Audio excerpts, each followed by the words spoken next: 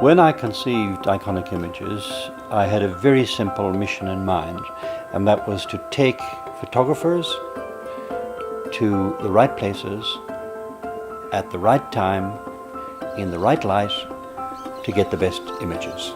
Very simple.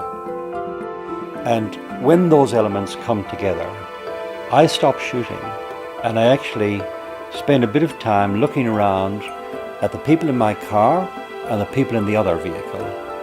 And when I see the happiness in their face, that then brings a feeling of happiness to myself and joy, because nothing pleases me more than all of those elements coming together for others.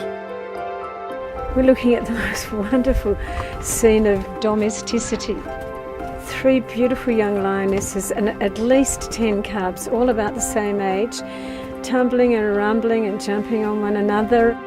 It's just the most beautiful scene I've ever seen in Africa.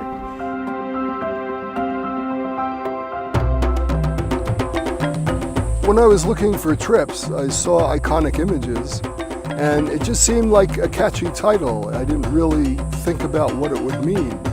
But now that I've gotten here and I actually see that we're getting iconic images, like the big bull elephant with Kilimanjaro behind him, the cheetah on the termite mound, it really captures the iconic images of Africa.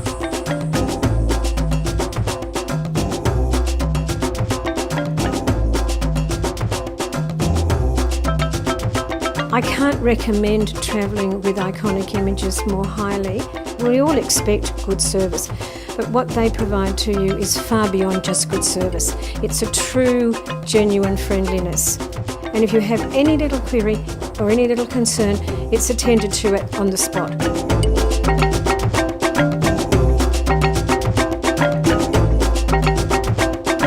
We have now travelled with Iconic Images and Dennis Glennon 4 times over a period of 4 years. And I recommend it thoroughly to my friends, because travelling with a photographic group, you are privileged beyond privilege. First of all, there's about 3 in this huge truck where 9 might ordinarily be. Photographing from vehicles in Africa is challenging. Photographing from vehicles with large lenses is even more challenging still. The requirement that is more important than all others is space. To be able to swing a large lens to left or right, depending on where the action is. That is best accommodated by having only one photographer in a row in a vehicle. I can't believe it. What an amazing 10 or 15 minutes. We were just cruising around looking at elephants sort of meandering across this dry salt plain. We've got beautiful skies. It's fantastic photography. I saw these beautiful safari shows on TV, but to get out here on a safari, and in one like this where you can get up so close to them, gives you goosebumps.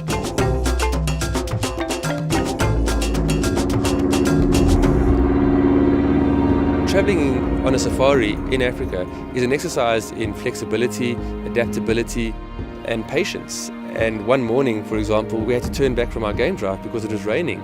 Right next to the lodge, these flying ants came out of the ground, and of course the birds came out of the sky and were plucking these insects as they were flying out of the ground. And because we were flexible and because we were patient and we were adaptable, we started getting unique photographs of these flying ants being plucked out of the air by weaver birds and starlings. It really goes to show that if you're open, if you're adaptable, you will always get great photographs when you come on a safari. It's been everything that I could have imagined. There have been just great wildlife sightings.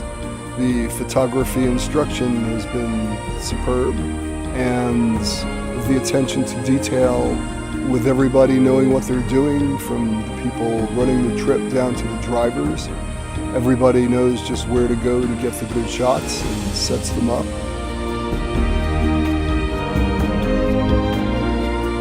I don't think I would have gotten anywhere near the number of great images if I just got on a regular trip. Now that I've been here, I know what people mean about catching the African bug or the African virus.